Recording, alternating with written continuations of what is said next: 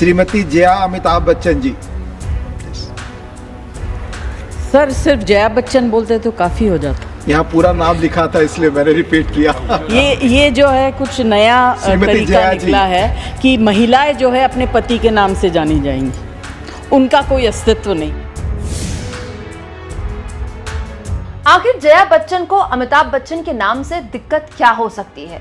क्या वाकई में जो बात कही जाती है कि सालों से जया बच्चन और अमिताभ बच्चन के रिश्तों में वो गर्माहट, वो केमिस्ट्री नहीं है, वाकई में क्या सच है? दोस्तों, संसद में एक बड़ी अजीब सी तस्वीर, एक बड़ी अजीब सा वाकया देखने को मिला जब एक मुद्दे पर बहस हो रही थी और समाजवादी पार्टी से राज्यसभा सांसद जया बच्चन के नाम को पुकारा गया और जब उनका नाम लिया गया तो नाम लिया गया जया अमिताभ बच्चन। तो जैसे ही जया बच्चन ने अपने नाम के साथ अमिताभ बच्चन के नाम को जुड़ता हुआ देखा तो वो भड़क गईं और उन्होंने कहा कि सिर्फ जया बच्चन ही भी पुकारा जा सकता था मेरे नाम के लिए, अमिताभ की जरूरत नहीं। श्रीमती जया अमिताभ बच्चन जी। सर सिर्फ जया बच्चन बोलते तो काफ़ी हो जाता। यहाँ पूरा नाम लिखा था इसलिए मैंने रिपीट किया। ये जो है कुछ नया श्रीमती तरीका जया जी। निकला है कि महिलाएं जो है अपने पति के नाम से जानी जाएंगी, उनका कोई अस्तित्व नहीं। चूंकि यहाँ नाम दर्ज है नहीं सर, इसलिए मैंने कहा उनकी कोई उपलब्धि नहीं है अपने में और अस्तित्व नहीं आपकी है। बड़ी विशिष्ट तो ये उपलब्धि जो है नया शुरू हुआ है, आई जस्ट। दोस्तों, इसके बाद जो चेयर पे मौजूद थे उन्होंने उनसे कहा कि यहाँ पर लिखा हुआ है जया अमिताभ बच्चन, जाहिर सी बात है लिखा हुआ होगा तभी उन्होंने बोला होगा जया अमिताभ बच्चन। लेकिन जया बच्चन ने जो ये बात बोली है इसके अपने आप में गहरे मायने हैं। आखिर क्यों संसद में रो पड़ी जया बच्चन, भावुक हो गई, उनके आंसू आ गए, सब कुछ तफसील से मैं आपको बताने वाली हूँ। लेकिन दोस्तों, जया बच्चन एक बहुत ही जिम्मेदार सांसद के तौर पर मुझे लगता है कि वो रही हैं। मतलब मीडिया के साथ उनका व्यवहार कैसा है, वो भड़क जाती हैं, उसको आप साइड में रख दीजिए। लेकिन समाजवादी पार्टी लंबे वक्त से उनको संसद भेजती रही है और मैं मानती हूँ कि उनकी जो प्रेजेंस है संसद में, बहुत मजबूती से वो अपनी प्रेजेंस दर्ज कराती हैं। कभी संसद के बाहर विपक्षी सांसदों का प्रदर्शन होता है, उसमें भी उनकी मौजूदगी होती है हमेशा।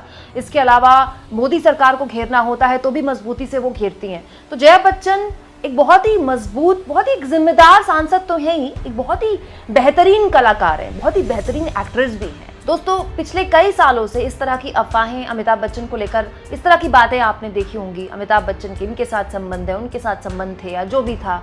उसके बाद जया बच्चन और अमिताभ बच्चन के रिश्तों में कड़वाहट आ गई। बहुत से लोग कहते हैं कि जया बच्चन अमिताभ बच्चन एक घर में रहकर भी एक कमरों में नहीं रहते हैं सार्वजनिक तौर पर, क्योंकि अमिताभ बच्चन का जो पूरा कद है वो इतना बड़ा है, अमिताभ बच्चन नाम इतने बड़े हैं इंडस्ट्री के अंदर कि वो अफोर्ड नहीं कर सकते डिवोर्स, और बच्चे भी हैं जाहिर तौर पर, अब तो बच्चों के भी बच्चे हो चुके हैं। लेकिन इस बात को दशकों से इंडस्ट्री के अंदर कहा जाता है कि जया बच्चन और अमिताभ बच्चन के बीच में वो घनिष्ठता, वो केमिस्ट्री नहीं है जो कि मियाँ बीवी के बीच होनी चाहिए। बड़ा सवाल ये है दोस्तों कि लोग भी बड़े हैरान हो गए जब इस तरह की बात जया बच्चन ने संसद में बोली कि उनके नाम के पीछे अमिताभ के नाम को लगाना ज़रूरी नहीं है। हालांकि अगर इसको इस तरह से देखा जाए दोस्तों, तो जया बच्चन अपने आप में बॉलीवुड की एक बहुत ही बड़ी स्टार हुआ करती थी अपने दौर में। जब उनकी अमिताभ बच्चन से शादी नहीं हुई थी तो उनका नाम था जया भादुरी, और वो एक मतलब सबसे बड़ी स्टार होती थी उस वक्त बॉलीवुड में, और अमिताभ बच्चन तो स्ट्रगल कर रहे थे। उसके बाद अमिताभ बच्चन से उन्होंने शादी की, बच्चे हो गए, तो जया बच्चन एक तरह से उन्होंने गृहिणी बनना पसंद किया, फिल्मों से अपने आप को दूर कर लिया, और अमिताभ बच्चन उसके बाद बॉलीवुड में एक तरह से 7वें आसमान पर पहुंच गए। एंग्री यंग मैन से लेकर बॉलीवुड के आज भी वो सदी के महानायक बताए जाते हैं। और लेकिन इसके बावजूद भी जया बच्चन की जो उपलब्धियां हैं एक अभिनेत्री के तौर पर और एक सांसद के तौर पर बहुत गहरी है। तो हो सकता है कि जया बच्चन को अपने नाम के पीछे जब अमिताभ उन्होंने सुना होगा तो बात बुरी लगी हो, क्योंकि ये बात सच है कि जया बच्चन का एटीट्यूड जैसा भी है मीडिया के साथ या उनके संबंध उनके पति के साथ जैसे भी हैं, जया बच्चन अपने आप में जया बच्चन है। मतलब जया बच्चन एक बेहतरीन एक्ट्रेस हैं, एक बेहतरीन और जिम्मेदार सांसद है, और इसके साथ साथ वो अपनी बात मजबूती से संसद में भी रखती रही हैं, पत्रकारों के बीच रखती भी रही हैं। लेकिन अगर टेक्निकली देखा जाए तो फिर जया बच्चन को बच्चन नाम से भी दिक्कत होनी चाहिए, क्योंकि जया बच्चन तो जया भादुरी थी और वो जया बच्चन बनी इसीलिए क्योंकि वो अमिताभ बच्चन की पत्नी है। खैर, ये उनका पर्सनल ओपिनियन है, मुझे लगता है कि इसको उनके पर्सनल ओपिनियन पर छोड़ देना चाहिए। और जो बात उन्होंने कही कि एक औरत की अपनी भी उपलब्धियां होती हैं, पति के नाम से उसे पुकारा जाना ये एक चलन बन गया है, इसको बंद किया जाना चाहिए, ये भी वो जो सोचती थी उन्होंने बोला। लेकिन आगे जो बात उन्होंने बड़ी मजबूती से रखी, वो बोलते बोलते वो भावुक हो गई।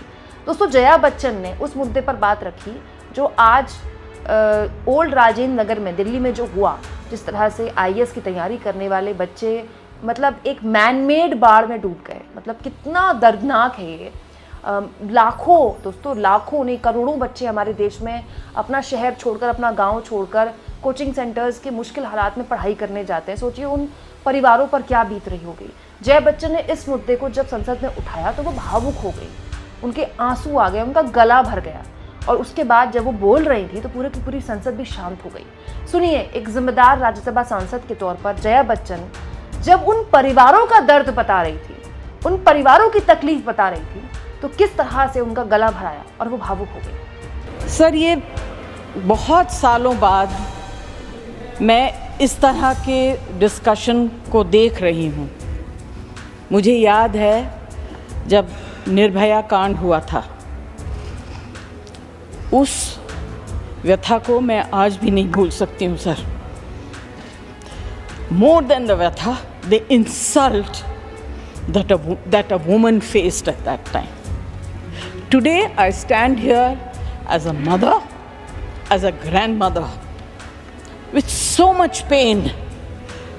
आज हम लोग सब लोग, ना वो ना ये, किसी ने भी सिर्फ बच्चों को श्रद्धांजलि दी, उनके परिवार के बारे में कुछ नहीं कहा।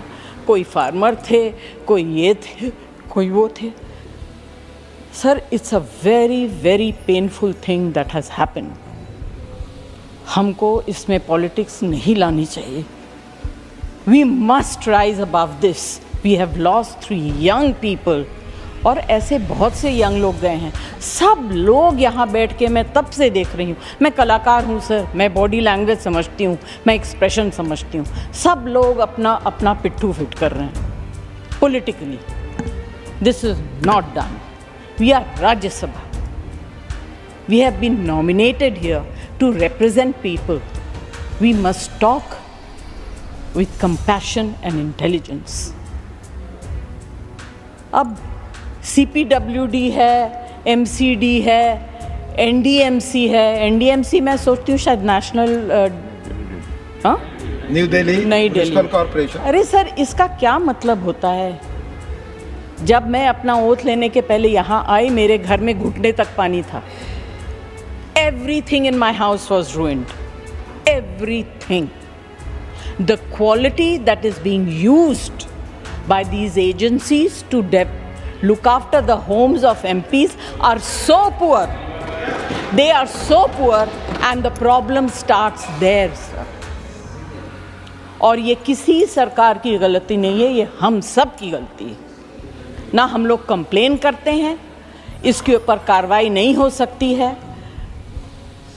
जो इंचार्ज होते हैं वो कौन होते हैं, उनकी क्या व्हाट इज़ देयर रिस्पॉन्स, ये सब हम सोचते नहीं थे। हम आज हर चीज़ में पॉलिटिकल बातें कर रहे हैं सर। इससे बहुत दुख होता है। It's a very very sad. और मैं जानती हूँ त्रिवेदी जी की मैं बहुत बड़ी फ़ैन हूँ सर, एक छोटी सी फ़ैन हूँ। ये जब बोलते हैं तो मैं इनको बहुत ध्यान से सुनती हूँ, क्योंकि आई लव हिज लैंग्वेज। मगर आपने भाव से बोला, मुझे उसमें थोड़ी कमी लगी। आज आप पॉलिटिकली बोले, आप अपने दिल से नहीं बोले। आप इन लोगों को सुनाने के लिए बोले। आप नॉर्मली ऐसा नहीं बोलते हैं। मुझे बुरा लगा। मैं एक छोटी सी पंक्ति बच्चन जी के एक कविता से पढ़ना चाहूँगी, अगर आप बुरा ना माने तो। Am I love? Thank you sir. भार उठाते सब अपने अपने बल, संवेदना प्रथा है केवल। भार उठाते सब अपने बल, संवेदना प्रथा है केवल। अपने सुख दुख के बोझ को सबको अलग अलग ढोना है, साथ ही हमें अलग होना है। Thank you sir. धन्यवाद जया जी।